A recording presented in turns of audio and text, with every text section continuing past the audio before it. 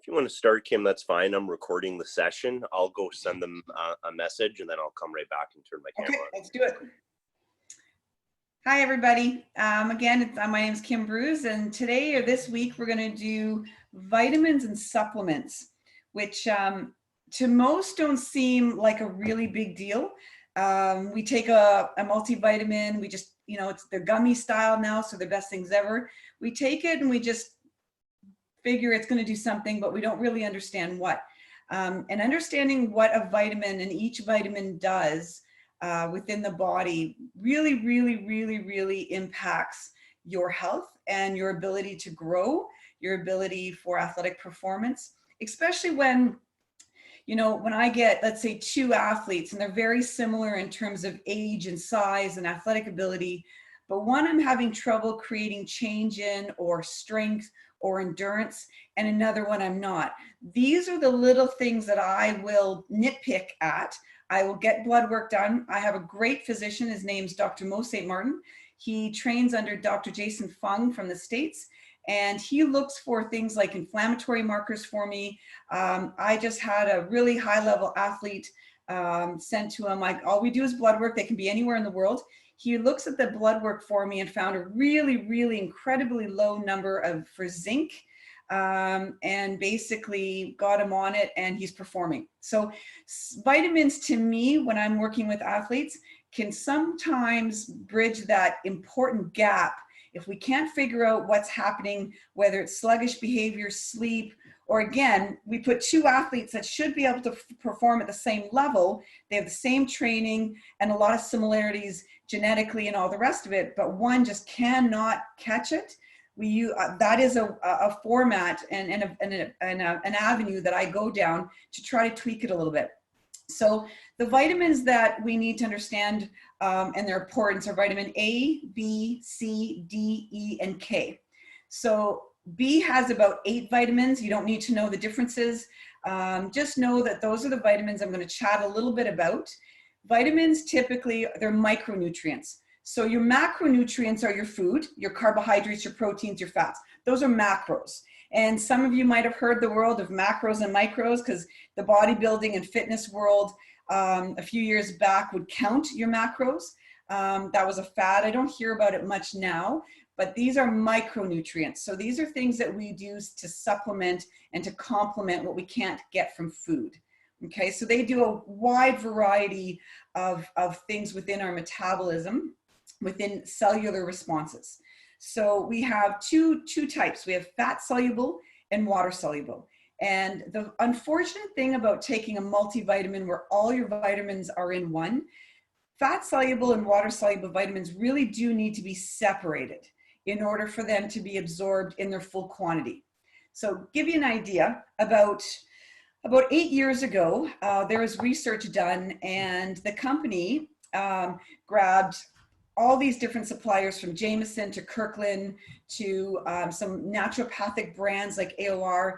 And what they did was they tested the amount that was in it, the quality that was in it, and if there was anything else in it.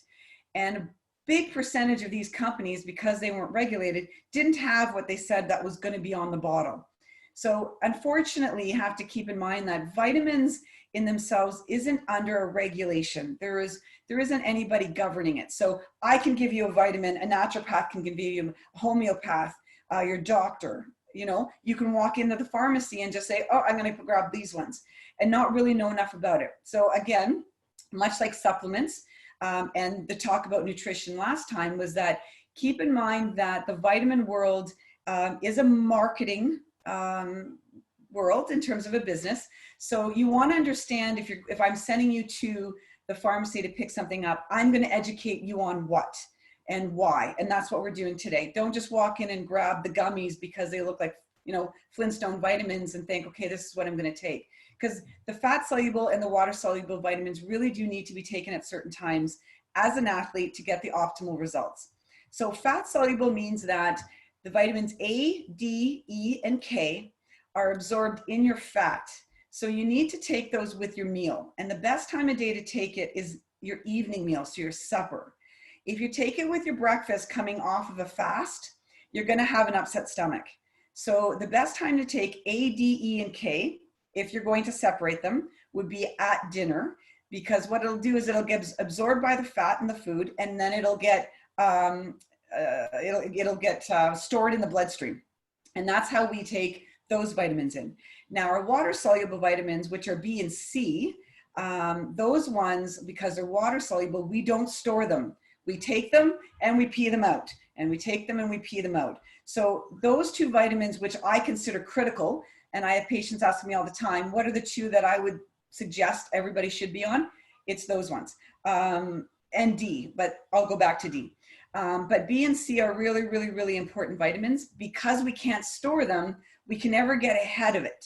Unfortunately, they're going to come and go and come and go. So those are water soluble. Those you want to take on an empty stomach. You want to take them first thing in the morning, and you want to take them about 30 minutes before your breakfast. So again, something to think about. In order to optimize those results, they need to go into the stomach, into the gut lining without anything in it. You won't get nauseous from those two because again, they're water soluble, so they dissolve very quickly. So those are the two groupings of vitamins. And if I go back to the critical ones, I'm not expecting all of you to go out and buy A, the B's, the C's, the D's all separately. The ones that I would suggest if I was to talk to you one-on-one and looking at your diet and stuff would definitely be the B, the C, and the D. I'm not usually big on the C, but in a time of a pandemic and viruses, right now our bodies aren't normal. They're not normalized in any way, shape, or form. And C does boost the immune system. So right now, in today's day, I would go B, C, and D. Vitamin B is really, really important. It does a lot with our blood.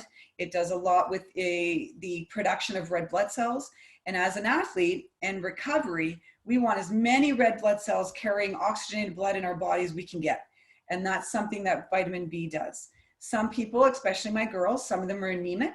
So there's a type of anemia where we simply don't make enough red blood cells, which I actually have.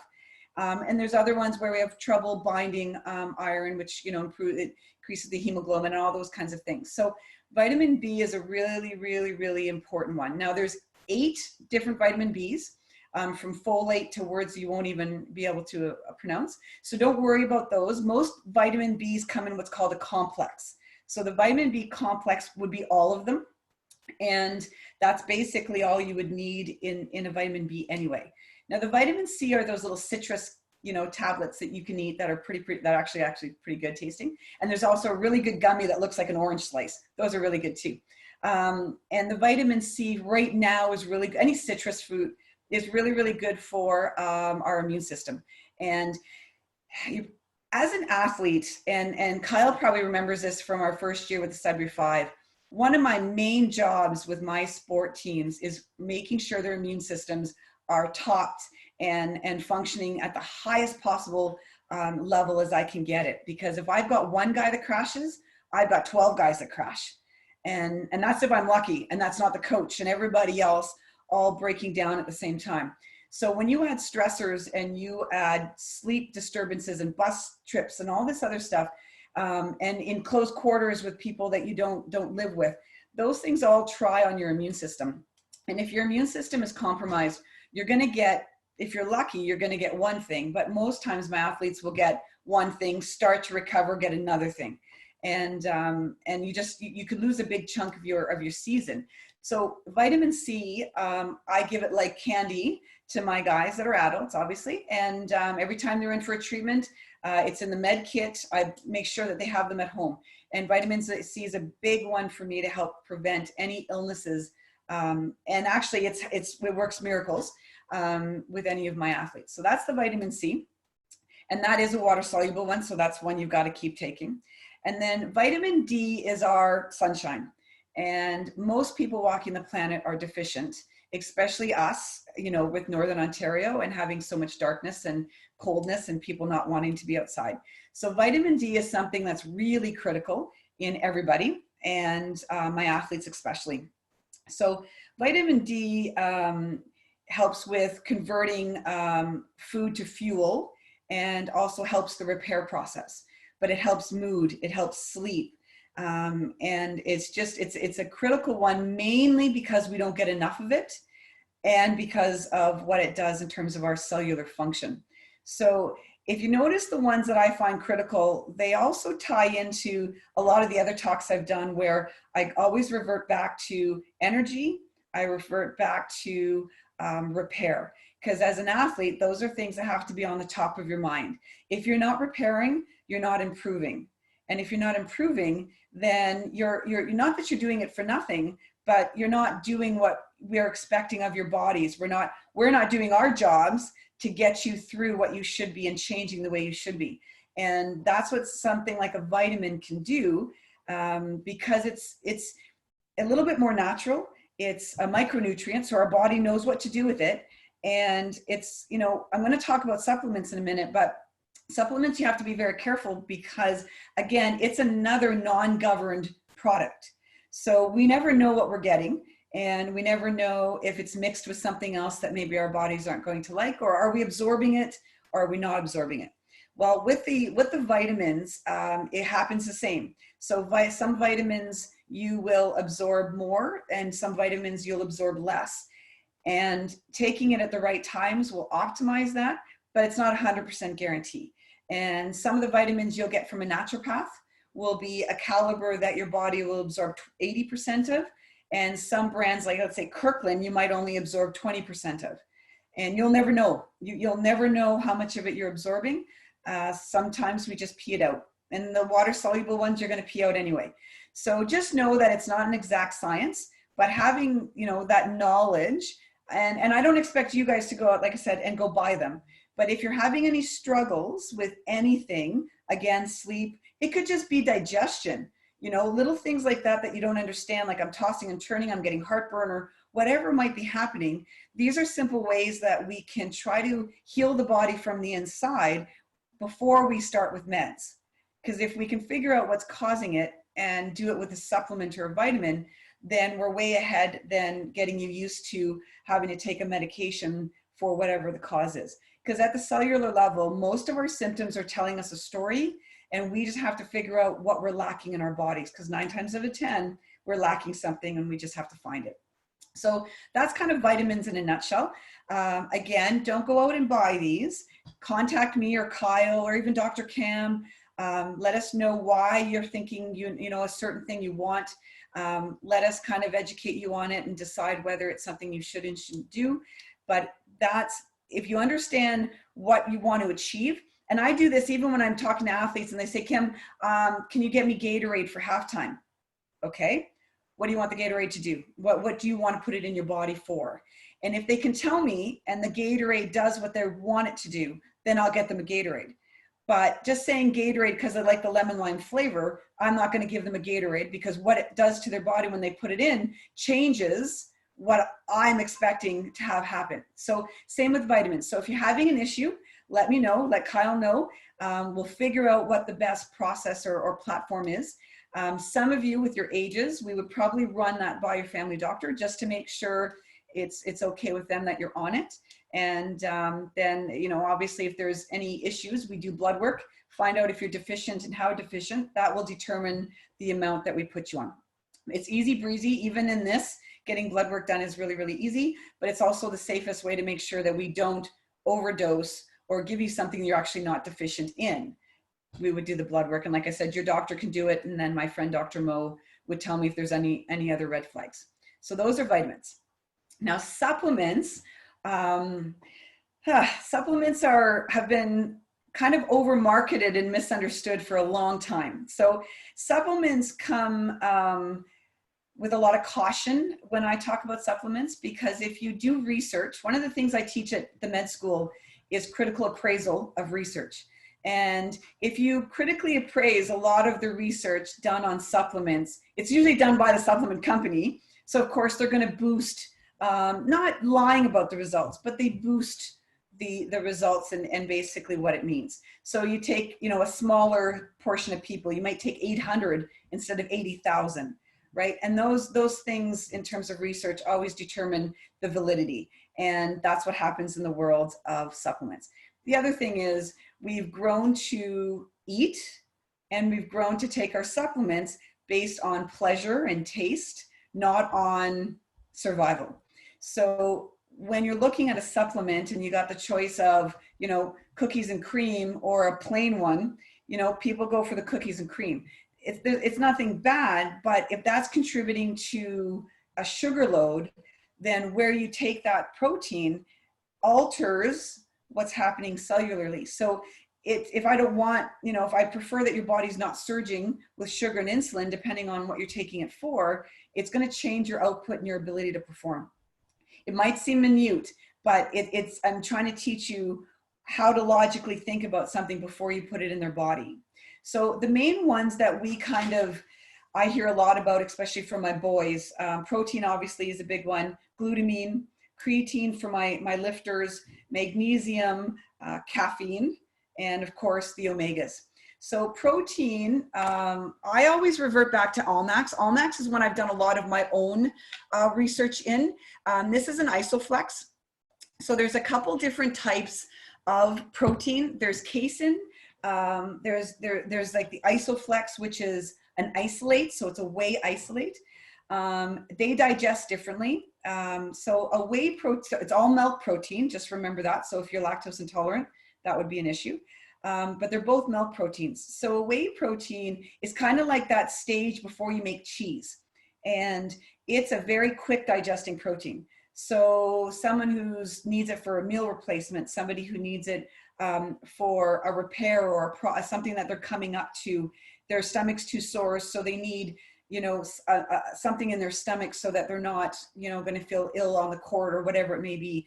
This isn't a bad choice. It's easily digested, it's easily absorbed because it's a fluid. Whereas casein is a very slow digesting formula. So in my athletes who want to lose a little bit of weight, tweak their body types a little bit, I would give them casein before bed, because something that's slow digesting actually uses energy throughout the night and will actually digest over 8 hours as opposed to 80 minutes. So you would never take casein during the day because you're going to be sluggish. You're not going to get that turnaround in energy fast enough. So again, understanding what the protein does and which types to take.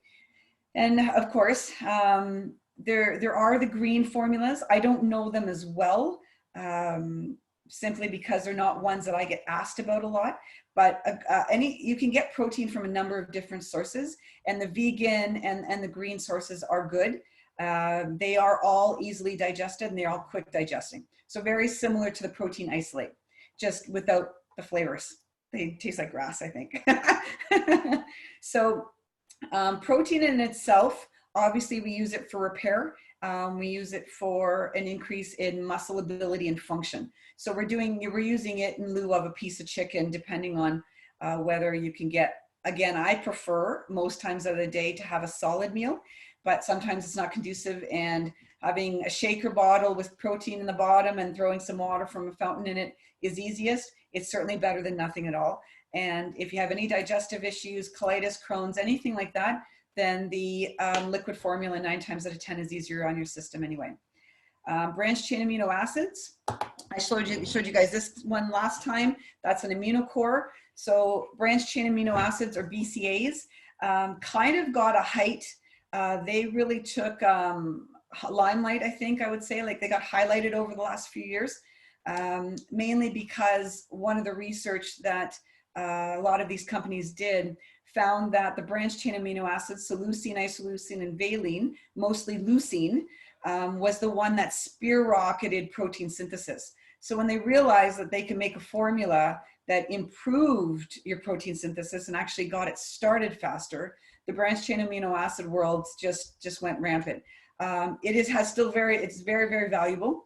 Again, you want to make sure, like in this one, I don't know how well you guys are going to be able to see with my video and stuff, but you really do want to find one that doesn't have sugar in it. This one is white grape. The Almax company generally puts, like in the banana protein, it's actually banana flakes. There's no sugar in it. The orange creamsicle are orange flakes. So they attempt to really stabilize your blood sugar levels, not kind of, you know, heighten them. Because if we're getting sugar level changes, it's not doing what we need it to do in terms of, because what we want it to do is stabilize so you can produce energy. If it's giving you sugar, your energy level's doing this, but then I got to try to time out where your crash is going to go. So those things are all, ones we just don't want sugar in an unnecessary place. Sugar, you're going to have it when you need sugar, but if you're using your sugar quantity up in your drinks, then you're going to end up with too much sugar in your system altogether, and you will crash. So that's the BCAAs. Creatine is something that the bodybuilding world has used for decades. And creatine monophosphate is a very big burst of energy. So when you've got a bodybuilder doing 1 to 3 rep max, let's say bench press, squats, whatever it is, creatine takes about 3 to 5 seconds of explosive power. So bodybuilders will use creatine to basically supplement that 3 to 5 seconds more frequently.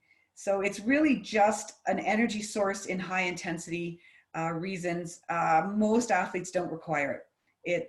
You can top it up, but we would really want to make sure that that level is dropped, because what will happen is you'll get, if you take something like a sport like basketball or soccer where you need to have bursts, yes, but you don't have that 5-minute recovery, then it's used and you're going to feel that withdrawal of energy unnecessarily because you don't need it in the first place. So if I train your body to look for it and I give you a supplement to supplement it, then your body's going to want to use it, thus creating it.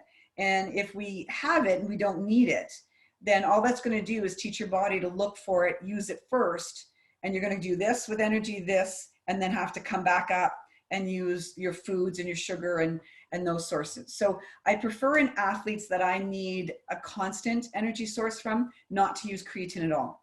But again, if anybody individually wants to reach out and ask me a little bit more about it, in an off season, I have suggested it in somebody who needed to put on a little bit more explosive power, then I have allowed it, but that would be the only time. It would never occur during a season. Glutamine is another interesting one, but one you have to be careful of. It removes excess ammonia, and ammonia is one of the things linked to lactic acid. So I have had some body types that are storers, meaning that they produce the lactic acid, it gets stored in a fat cell, and we can't get it out. And they get like a burning sluggishness, usually in the legs and usually in women, and we just can't seem to flush it. Well, that would be a time where I would suggest glutamine. It's a white powder. You can just take it, a spoonful of it, and away you go. It also regulates the acid and base balance. So I do a lot of pH work with my patients, and I don't usually have to tinker with my athletes. It's usually my patients, but if I do, glutamine would be one. If you have a hot tub or a pool, if you've gone to a pool, the lifeguards will take that pH test, and there's, the pH levels go from 5 all the way, usually want it at about 7.4. Well, our body has an optimal pH level as well. And glutamine is one way I can actually influence the pH levels. If I'm finding that you're not removing lactic acid, the legs aren't draining and things are just, off a little bit in the lower body, that would be one supplement I would suggest. But again, that's an individual basis. That would be something that you guys would contact us for and tell us you're having a problem with. Magnesium, I take. So magnesium is a really, really, really important supplement. And it's one that naturopaths suggest all the time. 90% of the people walking the planet are low on magnesium. And you want magnesium as opposed to a CalMag. So calcium binds to the receptors on magnesium. If you've ever had a concussion and gone through me, I put everybody on magnesium with a concussion, because there's a thing that happens in concussion where the calcium basically is pulled out of the cell and it binds with the mitochondria, which is the energy producing part of the cell. And that's why my concussions are really tired all the time and they're sluggish and they daze off. It's because they can't produce ATP anymore because the calcium is taking over. You put magnesium in the body, the magnesium binds to the calcium and the energy levels come up. That's one thing it's used for. The magnesium in itself helps with muscle function, nerve function, it blood pressure, and it makes bone. So think about that for a second. So in any of you with your growing pains or, you know, we're running on concrete and pavement instead of, you know, if you're getting shin splint pain, well, those are all weakening of bone sites. So magnesium will actually stabilize and improve that. But more importantly, it helps with all muscular functions, all nerve functions, repair functions. So magnesium is a no-brainer. I put everybody on it. Any of you can go to walk to the store right now and get magnesium, and I'd have no problem at all with it. So magnesium is a huge asset to everybody, especially my athletes. And again, that's something I can not control, but almost rely on. So if I know you're on magnesium, then I know that certain functions are happening and then I only have to tweak others. So again, if anybody wants any information on magnesium, look it up. It's magnesium on its own. This one is, if you guys can remember this, it's called bisglycinate. So if you go to, you can go and get, you can get magnesium at a pharmacy for sure, but you will just want to make sure with the pharmacist that you're asking for the best quality, because otherwise you're putting in for nothing. It really does have to be high quality, and you would want to follow what's on the dosage on the bottom. So that's the magnesium. Now caffeine is one I don't suggest. I know it's in pre-workouts. I know it's a big fad. When I grew up, I don't know about you, Kyle, but I've never had a cup of coffee my entire life, and I'm 47. It was not something my generation would go and walk to Tim Hortons, or we never had half the stuff you guys have now, and come back with a latte or a whatever those things are called. But coffee now in the younger generation seemed to be a bit of a fad, a bit of a, I don't want to say prestige thing, but it's kind of like, you know, you're walking around, you got this look on your face with your Timmy's or your Starbucks. The problem is it's highly addictive. So does it help with performance? 100%. It's an ergogenic aid, and it's actually a banned substance on most levels. So it is useful. It's used in endurance athletes, and it's used in high intensity athletes. It's used for mental focus. But the problem is that once you use it, you're not going to be able to perform without it. And are there a lot of side effects? No, but you crash. So, and I don't honestly know how long it's good for, because I've never had it. So I see people in the gym all the time walking in with a Tim Hortons. Is it better than the pre-workouts? I don't know, because I don't take those either. The pre-workouts definitely have niacin, and other B vitamins are usually in there. So there's other things in there that produce the increase in blood flow to go with the mental focus.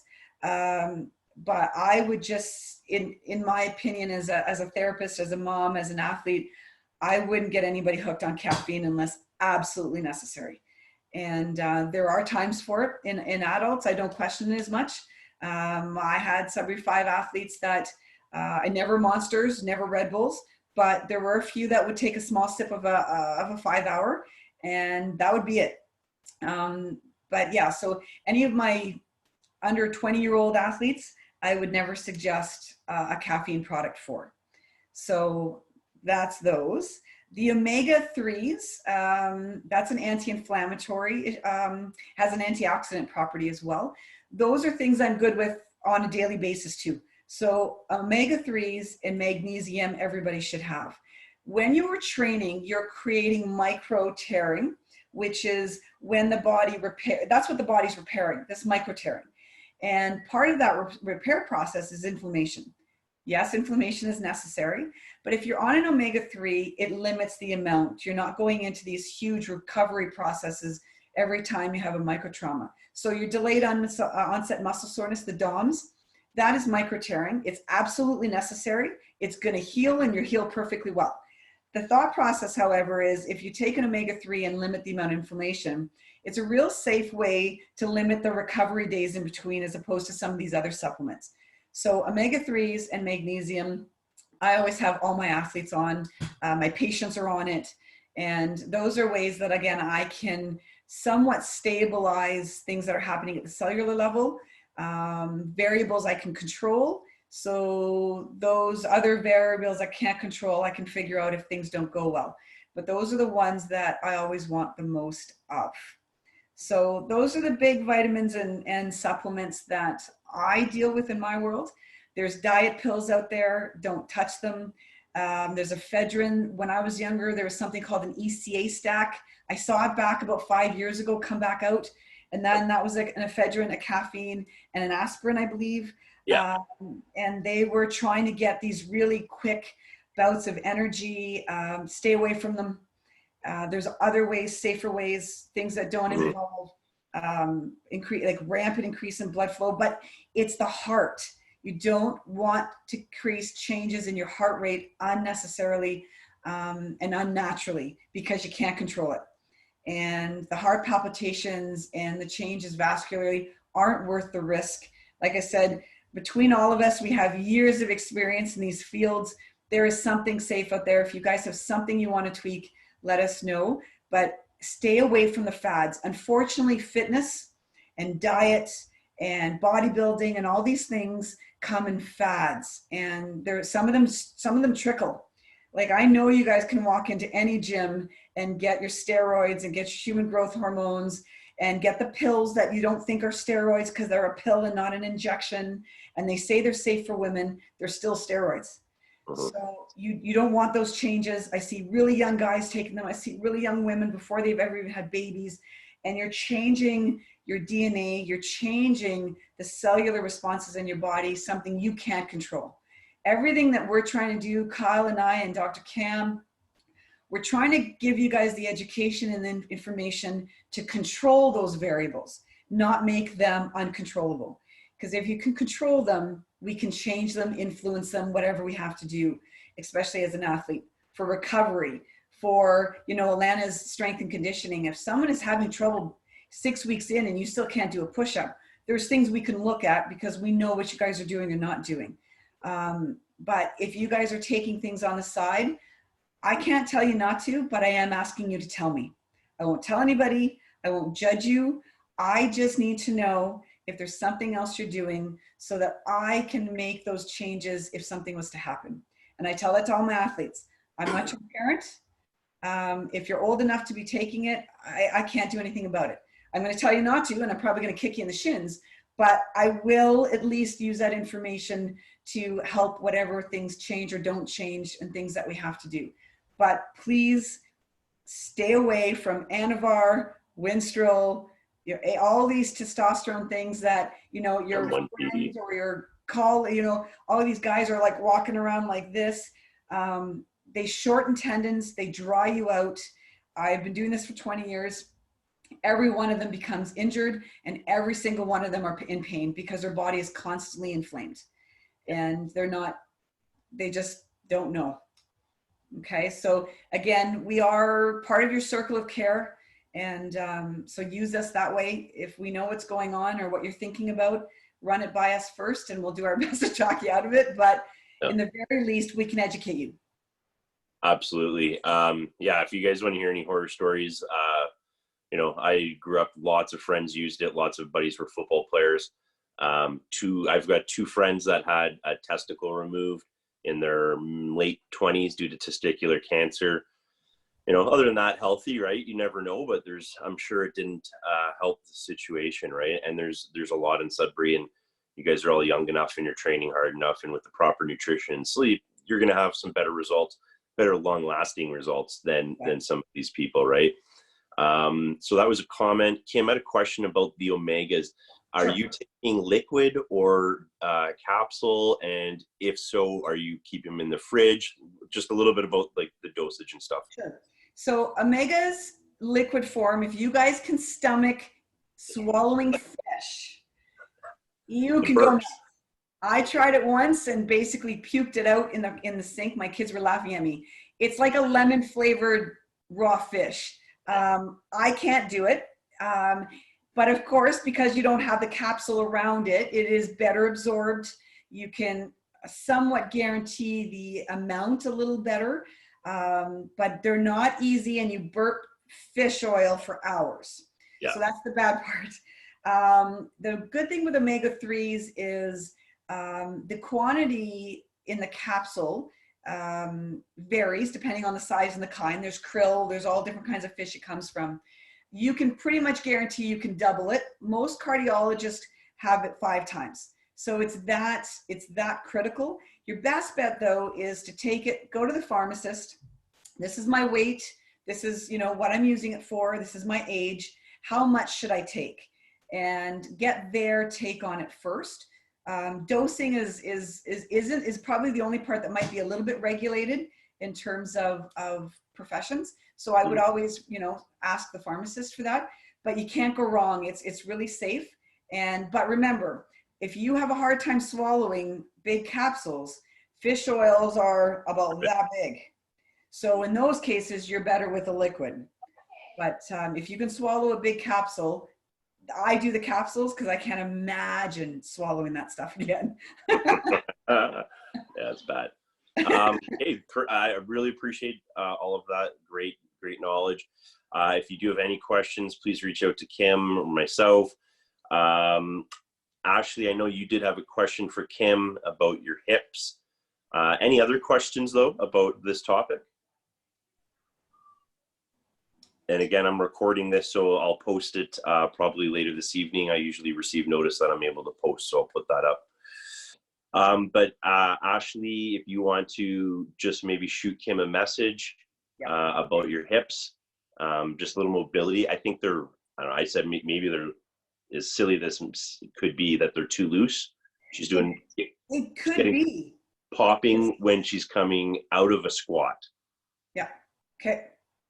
So I don't know. I thought to maybe a Devin Gilligan situation last year. Yes. You know what I was thinking? So I said, but you know what, Kim, right? So. Yeah. Well, because so you guys don't know, but we had a player last year, Devin Gilligan, and we started doing fascial stretching with all the guys, and not knowing, because you got to remember, these guys came from different parts of the world, different backgrounds, different levels of basketball, and we were trying to create the same kind of body type going into the season. So we fascially stretched Devin, and it was like a deer just stepping on his feet for the first time. He was so off kilter because he was a little too flexible, and ended up having these hips that were starting to pop. So we ended up not giving him a lot of stretching, just a dynamic warm up that Kyle actually started with the team that year. And we left him at that. We stopped stretching him altogether. So there are some body types that have already hypermobility issues. You add a stretch program to that, now you're taking them a little too far, and now they move. So when you're coming out of your squat, Ashley, it's a possibility that you're taking a tendon and it's flipping over a bone.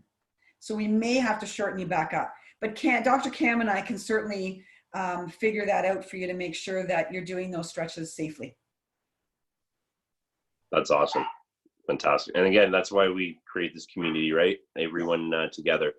So thank you again. And if there's no other questions, I'll let everyone go. We got a wonderful evening out there. So get outside and create the vitamin D the freeway.